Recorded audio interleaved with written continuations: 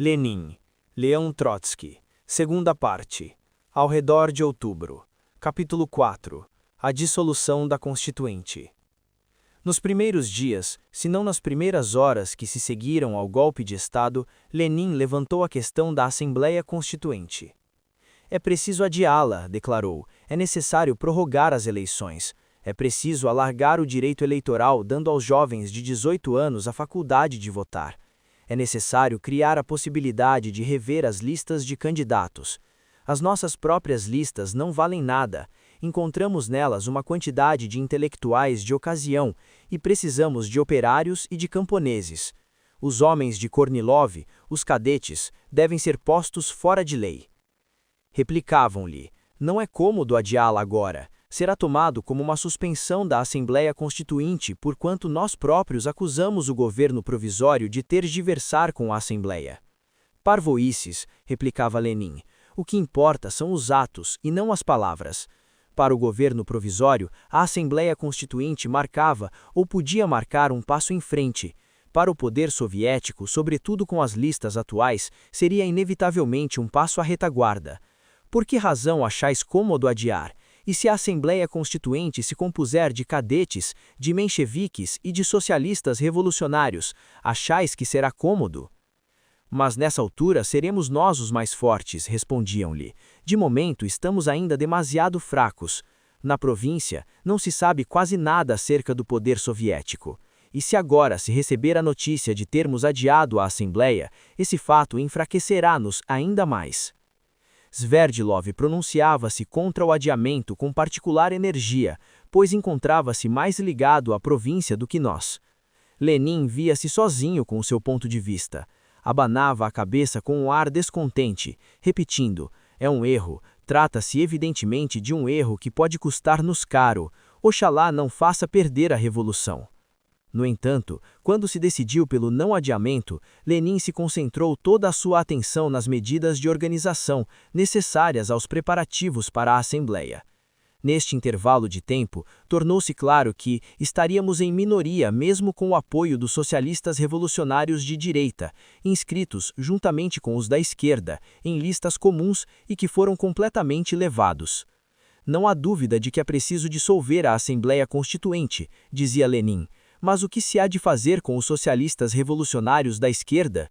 Fomos, porém, consolados pelo velho Natanson. Reuniu-se conosco em conselho, e as suas primeiras palavras foram para nos dizer que, creio que para tudo será necessário dissolver à força a Assembleia Constituinte. Bravo, exclamou Lenin, eis uma coisa acertada, mas será que os seus estão de acordo conosco sobre este assunto? Alguns dos nossos hesitam ainda, mas penso que ao fim e ao cabo terminarão por aceitar, respondeu Natanson. Os socialistas revolucionários da esquerda estavam em plena lua de mel com seu radicalismo extremo. Em efeito, aceitaram. Natanson fez uma proposta.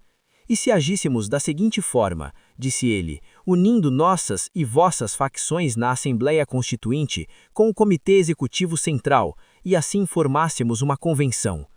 Por quê? Replicou Lenin com visível despeito. Para imitar a Revolução Francesa? Dispersando a Constituinte, consolidamos o sistema soviético. Com o seu plano, tudo se complicaria. Não teríamos nem uma coisa nem outra. Natanson esforçou-se por demonstrar que, adotando o seu plano, poderíamos apropriar-nos de uma parte da autoridade da Constituinte, mas acabou por se render. Lenin dedicou-se então à resolução total da questão da Constituinte. O erro é evidente, dizia ele. Já conquistamos o poder e, contudo, colocamo-nos numa situação tal que nos vemos agora forçados a tomar medidas bélicas para o reconquistarmos. Encaminhou os preparativos com um cuidado escrupuloso, examinando todos os pormenores e, para tal, submetendo Ursky, que com grande mágoa de Lenin tinha sido nomeado comissário da Assembleia Constituinte, a um interrogatório apaixonado. Lenin prescrevia, entre outras coisas, levar para Petrogrado um regimento letão, composto sobretudo por operários. O Mujik poderia ceder, disse. Precisamos aqui da determinação proletária. Os deputados bolcheviques da Assembleia Constituinte, chegados de todos os pontos da Rússia, foram distribuídos, sob a pressão de Lenin e a direção de Sverdlov, pelas fábricas, oficinas e pelas diversas formações do exército. Constituíam um elemento importante no aparelho de organização da Revolução Complementar de 5 de janeiro.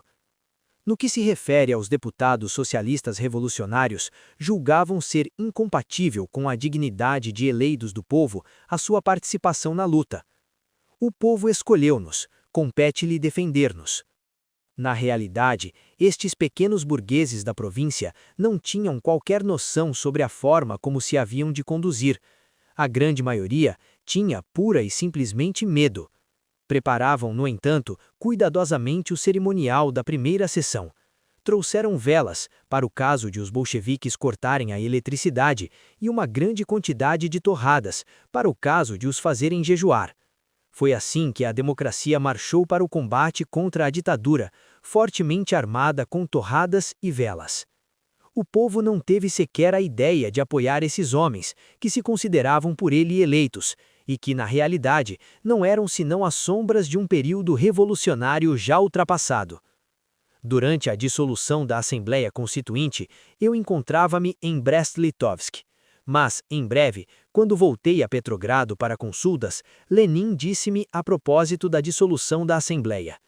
Não há dúvida de que foi muito arriscado da nossa parte não adiar a convocação. Foi muito, muito imprudente. Mas, de qualquer forma, foi melhor assim. A dissolução da Assembleia Constituinte pelo poder soviético constituiu uma liquidação completa e aberta da forma democrática em nome da ditadura revolucionária. A partir de agora, a lição ficará aprendida. Foi assim que a generalização teórica surgiu com a utilização de um regimento de caçadores letões. Certamente, nesta altura, se formaram, em definitivo, na consciência de Lenin, as ideias que formulou mais tarde nas suas notáveis teses sobre a democracia durante o primeiro Congresso da Internacional. Sabemos que a crítica da democracia formal tem uma longa história. O caráter intermediário da Revolução de 1848 foi explicado por nós e pelos nossos predecessores como um naufrágio da democracia política. Essa democracia foi substituída pela democracia social, mas a sociedade burguesa soube constrangê-la a ocupar a posição que a democracia pura já não tinha forças para manter.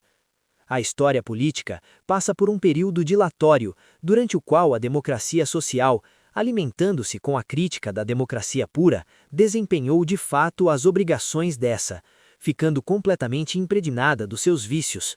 Produziu-se o que sucedera muitas vezes na história. A oposição foi chamada a resolver no sentido conservador os problemas que ultrapassavam já as forças comprometidas da véspera.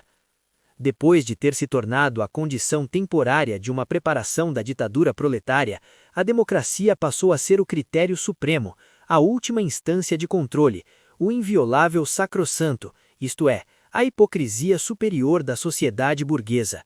Também assim sucedera entre nós.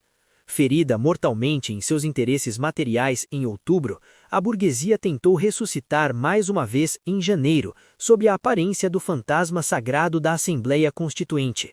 Seguidamente, a progressão vitoriosa da Revolução Proletária, que havia dissolvido de modo franco e brutal a Assembleia Constituinte, desfechou sobre a democracia formal o golpe benfazejo de que ela não viria mais a se recompor. Eis o motivo por que Lenin tinha razão, quando dizia: afinal, as coisas compuseram-se melhor assim. Nesta Assembleia Constituinte de Socialistas Revolucionários, a República de Fevereiro encontrou ocasião de morrer pela segunda vez.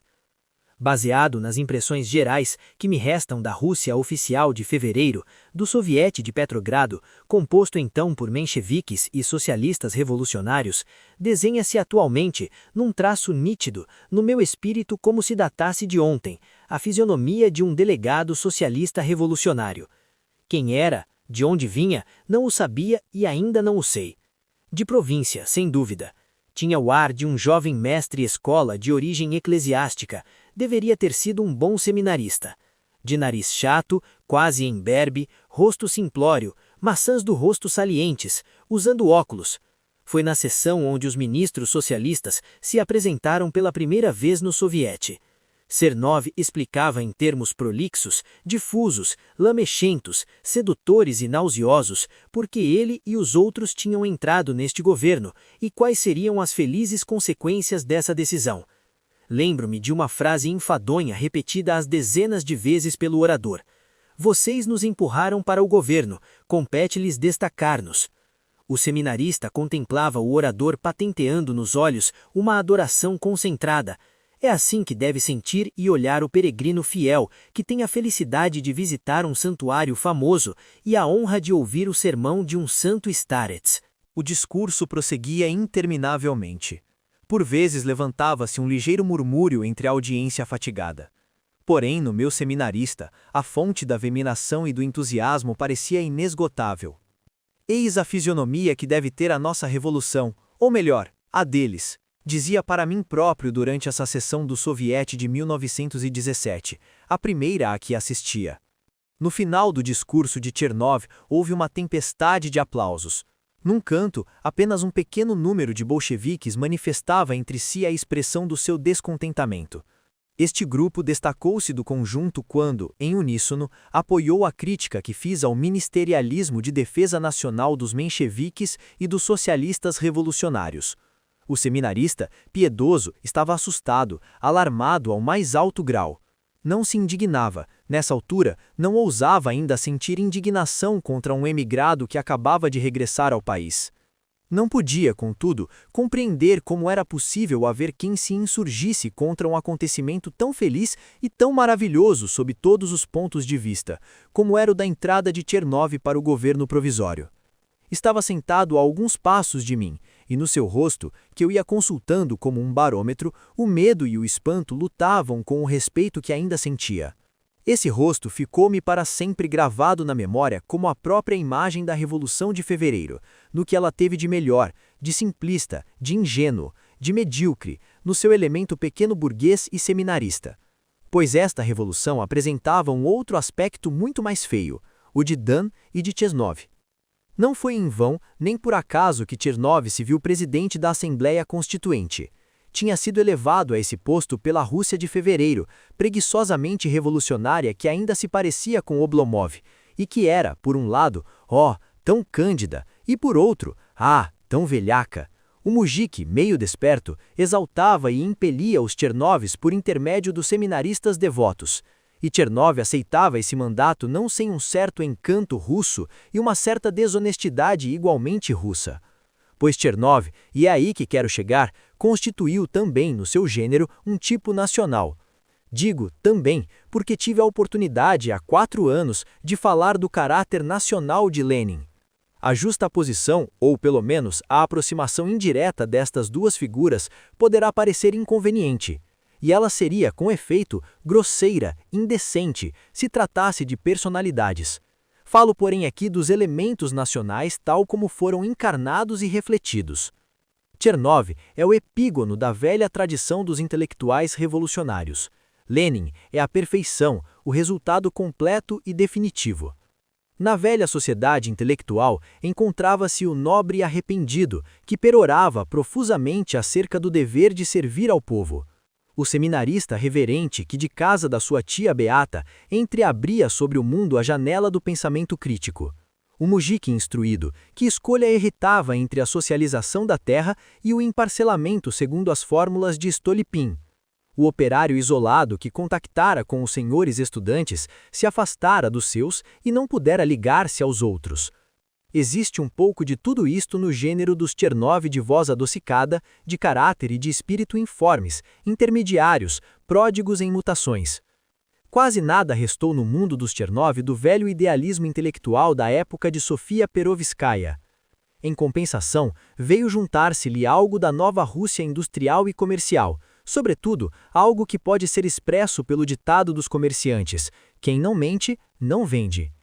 Herzen constituiu em sua época um importante e maravilhoso fenômeno no desenvolvimento da opinião russa.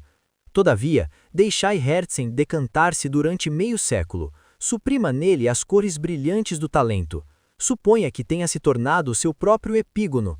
Coloque-o tendo por fundo os anos de 1905 e 1917, e tereis o essencial do mundo de Chernov. Para Chernyshevsky, não é possível decompor este mundo tão facilmente, mas existe em Chernov um elemento caricato de Chernyshevsky. O link entre o nosso socialista revolucionário e Mikhailovsky parece mais imediato, pois neste último dominavam já a sobrevivência, o epigonismo. Sob o chernovismo, como sob a superfície total do nosso desenvolvimento, surge o elemento camponês, já interferindo, porém, com a semi-intelectualidade das cidades e vilas, da pequena burguesia, pouco evoluída, ou então da intelectualidade demasiado evoluída e já fortemente deteriorada. A ascensão extrema do chernovismo foi necessariamente efêmera. Em fevereiro verificou-se um primeiro abalo. O soldado, o operário e o mujik acordaram. Gradualmente o movimento transmite-se aos voluntários do exército, aos seminaristas, aos estudantes, aos advogados. Faz-se sentir nas comissões mistas e em toda a espécie de instituições que então se inventaram. E leva finalmente os Chernov às alturas democráticas, enquanto que, nas bases, se produz um desvio, e as alturas democráticas ficam suspensas no ar. Eis o motivo pelo qual o espírito do mundo de Chernov, entre fevereiro e outubro, se resume nesta evocação. Detém-te, momento, és demasiado belo. Mas o momento não se detinha. O soldado enraivecia, o mujik parava, resistia, e o próprio seminarista começava a perder os sentimentos piedosos que fevereiro lhe inspirara. Após o que os Chernov, abas da labita ao vento, desciam, escorregavam sem qualquer encanto, das alturas imaginárias para dentro das poças de lama da verdadeira realidade. Existem também antecedentes camponeses na base do leninismo, na medida em que eles se encontram no proletariado russo e em toda a nossa história. Felizmente, na nossa história, não há apenas a passividade ou o espírito de Oblomov, há também movimento. No próprio camponês não existem apenas preconceitos, há também discernimento. Tudo o que é atividade, coragem, ódio à inércia e à opressão, desprezo pelos caracteres fracos, numa palavra, todos os elementos que determinam o movimento, que se formam e acumulam nos movimentos das camadas sociais, na dinâmica da luta de classes, tudo isso encontra a sua expressão no bolchevismo. A estrutura camponesa refrata-se através do proletariado, através da força dinâmica da nossa história, e não apenas dela. É Lenin que imprime a esta refração a sua expressão acabada. Ele constituiu precisamente neste sentido a expressão intelectual e capital do elemento nacional, enquanto que o chernovismo reflete o mesmo fundo nacional, mas não do ponto de vista intelectual, longe disso. O episódio tragicómico de 5 de janeiro de 1918, dissolução da Assembleia Constituinte, foi o último choque que se produziu entre os princípios do leninismo e o chernovismo. Nesse caso, não se tratou verdadeiramente de um princípio, pois praticamente não se registou qualquer choque. O que se verificou foi uma pequena e lamentável demonstração da retaguarda da democracia, que entrou em cena armada com as suas velas e as suas torradas. Todas as ficções se evaporaram, os cenários baratos esbururaram-se, a enfática força moral manifestou a sua imbecil impotência. Finish.